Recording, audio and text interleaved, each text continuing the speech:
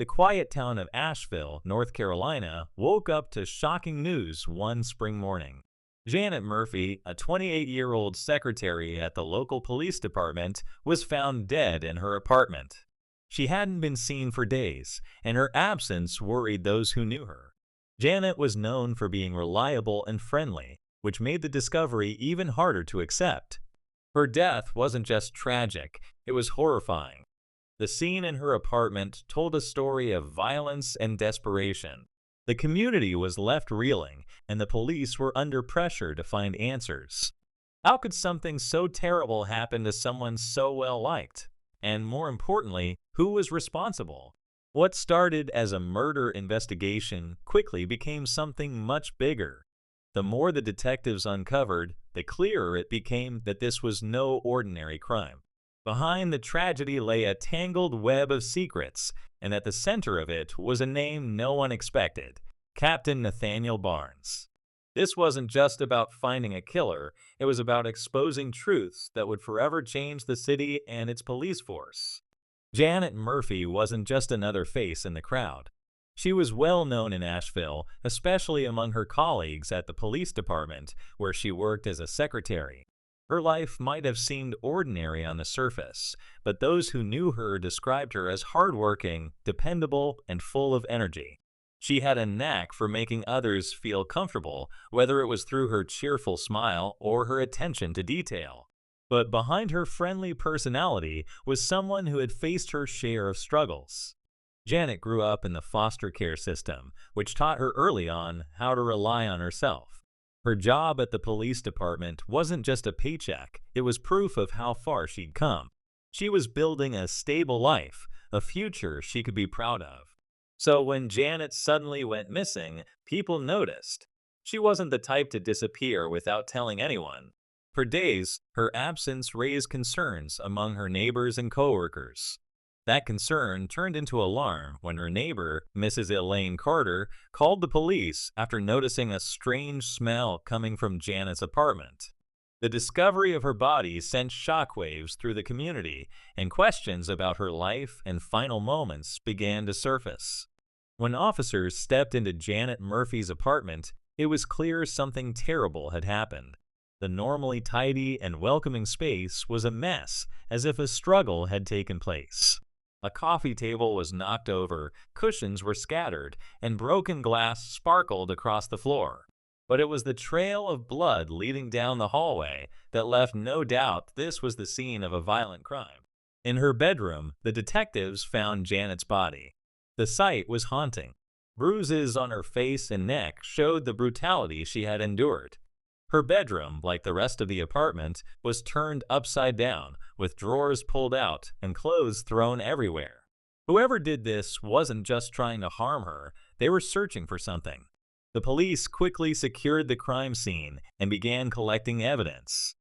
For seasoned detectives like Matthew Crane and Olivia Jensen, even with years of experience, this case felt different. Something about it didn't sit right. There were no signs of forced entry, which suggested Janet might have known her killer. And the sheer violence of the crime raised another troubling question: what could make someone do something so extreme? As the investigation began, the officers knew they weren't just solving a murder. They were unraveling a story far more complicated and sinister than they could have imagined. The investigation into Janet Murphy's murder started with more questions than answers. Detectives Crane and Jensen were methodical, combing through every detail of the scene. One clue stood out early on a torn piece of paper found under the sofa with the initials NB written on it. It didn't seem like much at first, but it felt important. Then came the absence of forced entry. Janet was known to be careful about who she let into her apartment. This detail hinted that she might have trusted the person who did this to her.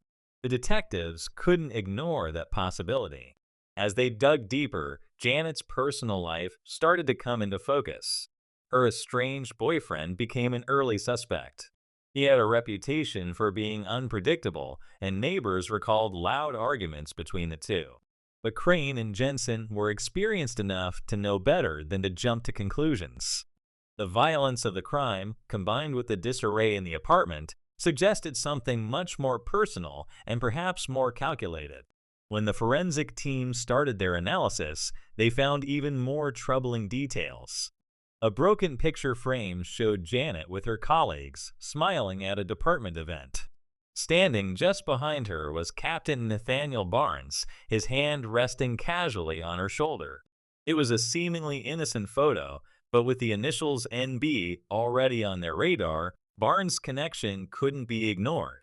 The case was beginning to take a darker and more complicated turn.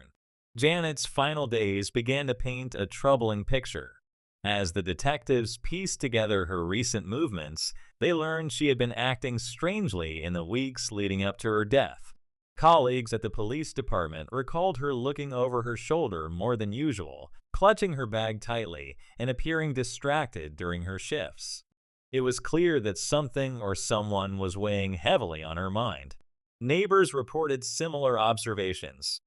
Janet, usually friendly and outgoing, had become more withdrawn.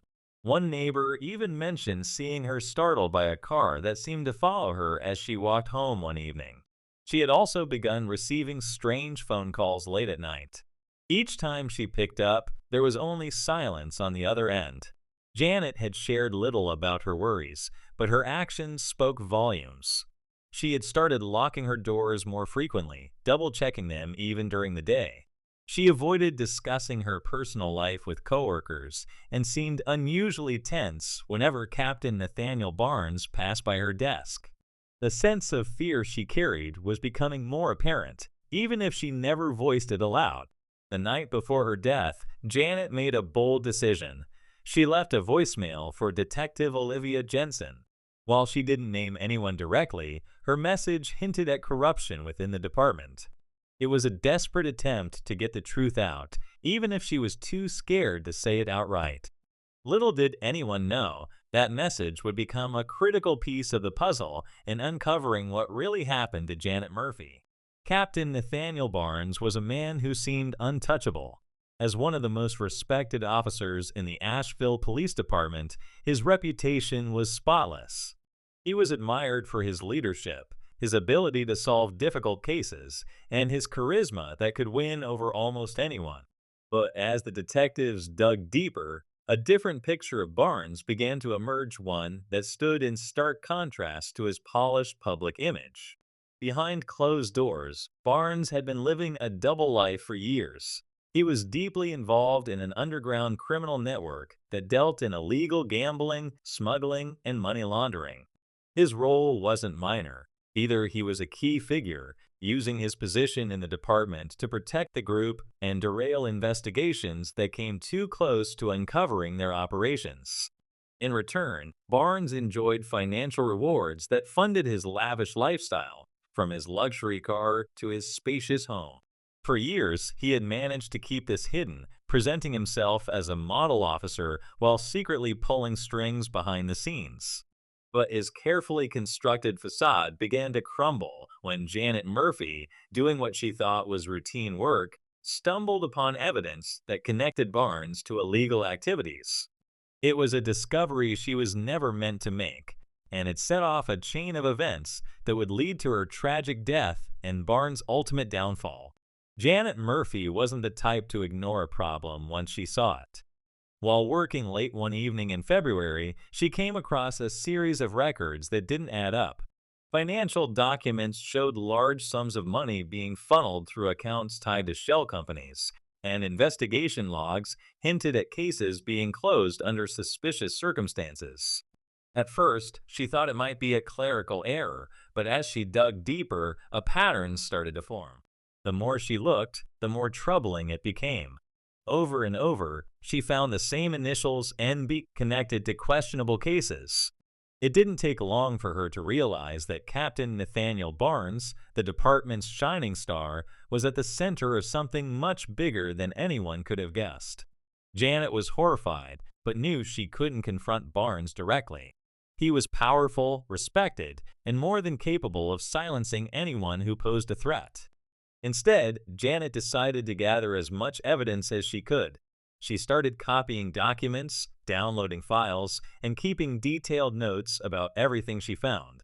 She was meticulous, careful not to raise any suspicion. She stored the evidence on a USB drive, hiding it in a box of keepsakes under her bed. During the day, she acted as if nothing was wrong, even exchanging pleasantries with Barnes. But at night, her growing fear became harder to ignore. Janet knew she was walking a dangerous line, but she couldn't look the other way. What she didn't know was that Barnes had started to notice, and he was already watching her every move. By early March, Janet's fear had turned into full-blown paranoia. She started noticing things that made her feel like she was being watched. One evening, while walking home, she saw a familiar black BMW creeping behind her before it sped away into the night. Another time, she came home to find her apartment slightly disturbed. Nothing was missing, but it was clear that someone had been inside. Even at work, Barnes' behavior toward her began to shift. He started lingering near her desk, making casual conversation that felt anything but casual. His tone was polite, even friendly, but Janet couldn't shake the feeling that his words carried an unspoken warning. He seemed to know more about her than he should, and his presence became suffocating. As her anxiety grew, Janet decided to take extra precautions. She kept the USB drive hidden and continued to gather evidence, but she also began reaching out for help.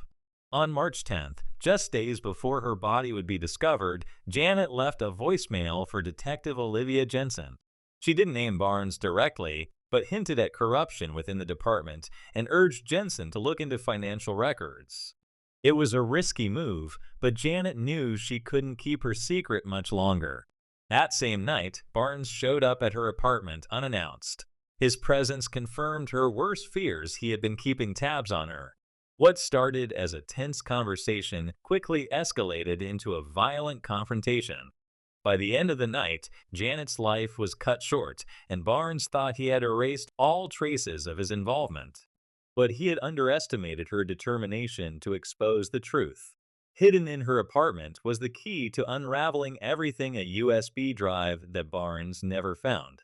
The discovery of Janet's body was only the beginning of a complex and painstaking investigation. Detectives Crane and Jensen were determined to uncover the truth, but the case quickly became more challenging than they anticipated. Early leads pointed to her estranged boyfriend, a mechanic with a volatile temper and a history of arguments with Janet. While he seemed like the obvious suspect, the detectives knew better than to focus solely on him. As they analyzed the crime scene, more pieces of the puzzle started to emerge. The torn note with the initials NB raised serious questions, but it wasn't the only clue. Surveillance footage from a nearby convenience store showed a black BMW near Janet's apartment on the night of the murder. Though the footage was grainy and didn't show the driver, the car matched the description of one commonly driven by Captain Nathaniel Barnes. The lack of forced entry also remained a key detail. It suggested that Janet had willingly let her killer inside, which pointed to someone she trusted, or at least someone she knew well enough not to question. These clues pushed Crane and Jensen to look closer at Barnes, a man who had previously been viewed as above suspicion. While Barnes publicly expressed sadness over Janet's death, his behavior during questioning raised red flags. His alibi for the night of the murder didn't hold up under scrutiny. Phone records showed no activity during the time he claimed to be working, and his explanations grew increasingly vague. As the evidence began to stack up, Barnes, once a respected figure, found himself at the center of the investigation. A breakthrough came when Janet's close friend, Melanie Harper, contacted the police. Just a day before Janet's murder, Melanie had received a package from her. Inside was a USB drive and a handwritten note. Janet's message was brief, but chilling. If anything happened to her, Melanie was to deliver the drive to someone she trusted in law enforcement. When detectives Crane and Jensen examined the USB drive, they were stunned by what they found. It contained a trove of incriminating evidence against Captain Barnes. Financial records traced payments from shell companies to Barnes, emails revealed communications with known criminal figures, and altered police reports showed how he had buried investigations that got too close to exposing his activities. Among the files was a folder labeled Personal Notes. In it, Janet had chronicled her growing fear of Barnes. She described noticing his black BMW following her, finding her apartment disturbed, and enduring his increasingly menacing behavior at work. Her notes painted a vivid picture of her determination to expose him despite knowing the risks. She knew the danger she was in, but chose to act anyway. The USB drive didn't just provide evidence of Barnes' corruption, it gave detectives a window into Janet's courage and the price she paid for doing the right thing. With this new evidence, the case against Barnes grew stronger, and the detectives now had the means to confront the man who had been hiding behind a mask of integrity for so long. With the USB drive in hand, detectives Crane and Jensen began connecting the dots. Barnes' carefully crafted alibi unraveled under scrutiny. He had claimed to be working on departmental reports the night Janet was killed, but his call logs and work records told a different story. Surveillance footage from a nearby convenience store placed his black BMW near Janet's apartment around the time of the murder. The evidence was piling up, but it still wasn't enough for a conviction. The detectives decided it was time to confront Barnes directly. They questioned him about his connection to Janet, the initials NB, and the evidence on the USB drive. At first, Barnes maintained his composure, insisting he had nothing to do with Janet's death. But as the interrogation continued, cracks began to show. His answers became inconsistent, and his frustration grew. Meanwhile, forensic analysis of the crime scene revealed even more damning details. Fingerprints on Janet's belongings matched Barnes, and fibers from his clothing were found in her apartment. Each new piece of evidence painted a clearer picture of what had happened that night. Barnes had gone to Janet's apartment to silence her, and when she refused to back down, things had spiraled out of control. By the time the detectives finished their questioning, Barnes' image as a respected officer was in tatters. What had started as whispers of suspicion had now become a solid case. The man who once stood as a symbol of integrity was now facing the harsh reality of his actions and the justice that awaited him. On the morning of April 20th, 2010, the Asheville Police Department faced a moment it would never forget. Captain Nathaniel Barnes, the man who had once been the pride of the department, was led out in handcuffs. The arrest was swift and deliberate, avoiding unnecessary attention, but whispers spread like wildfire. Officers who had admired Barnes stood frozen, struggling to reconcile the man they thought they knew with the evidence against him. Inside the interrogation room, Barnes tried to maintain his innocence. He claimed the evidence was fabricated, calling it a conspiracy to ruin his reputation. His confident demeanor, however, began to crumble as detectives Crane and Jensen presented the overwhelming case against him. Surveillance footage of his car near Janet's apartment, the torn note with his initials, and the files from the USB drive left little room for doubt. For hours, Barnes tried to deflect blame and weave a story that would explain the mounting evidence. But Crane and Jensen didn't back down. They pressed him on every inconsistency, exposing the lies and half-truths in his narrative. By the end of the interrogation, Barnes was no longer the composed and respected officer he had once appeared to be. He was a man cornered by his own actions, facing the consequences of years of deceit. As Barnes was processed and placed in custody, the department began its own reckoning. The case wasn't just about Janet's murder, it was about exposing the corruption that had festered within its walls. For the officers who had worked alongside Barnes, the betrayal cut deep, leaving a scar that would take years to heal. For Crane and Jensen, it was a reminder of the cost of justice and the courage it took to bring a man like Barnes to account. The trial of Captain Nathaniel Barnes began in June 2010, drawing national attention as one of the most shocking cases in Asheville's history. The courtroom was packed with reporters, community members, and colleagues of both Janet and Barnes. The prosecution, led by Assistant District Attorney Caroline Hayes, laid out a case that left no room for doubt. Piece by piece, Hayes presented evidence of Barnes' corruption and his role in Janet's murder. The USB drive became the cornerstone of the prosecution's argument. It exposed Barnes' financial ties to criminal networks, his manipulation of police investigations, and the methods he used to protect himself for over a decade. Janet's meticulous notes, written in her own words, painted a vivid picture of her fear and determination. Each piece of evidence was a blow to Barnes' defense, which relied on claiming the case was circumstantial and casting doubt on Janet's interpretation of events. Testimonies from Janet's friends and colleagues further strengthened the prosecution's case. Melanie Harper, who had delivered the USB drive, shared an emotional account of Janet's growing paranoia and the steps she took to ensure the truth would come out. Her words struck a chord with the jury, showing the personal toll the events had taken on Janet and those close to her. Barnes' defense team, led by a high-profile attorney, tried to shift the narrative. They argued that Janet had misunderstood Barnes' actions and that her death was a tragic accident. But the evidence was overwhelming. Surveillance footage, financial records, and Janet's detailed documentation created a story that couldn't be refuted. After weeks of testimony and evidence, the jury reached their verdict. On June 28, 2010, Barnes was found guilty of first-degree murder. The once respected officer sat motionless as the verdict was read, his fall from grace complete. For Janet's family and friends, it was a bittersweet moment. Justice had been served, but the loss of someone so brave and determined could never be undone. The sentencing of Captain Nathaniel Barnes marked the end of a long and painful journey for everyone involved. On July 5, 2010, Barnes stood before the court as the judge delivered the final decision: life in prison without the possibility of parole. It was a sentence that reflected not only the gravity of Janet Murphy's murder, but also the years of corruption and abuse of power Barnes had hidden behind his badge.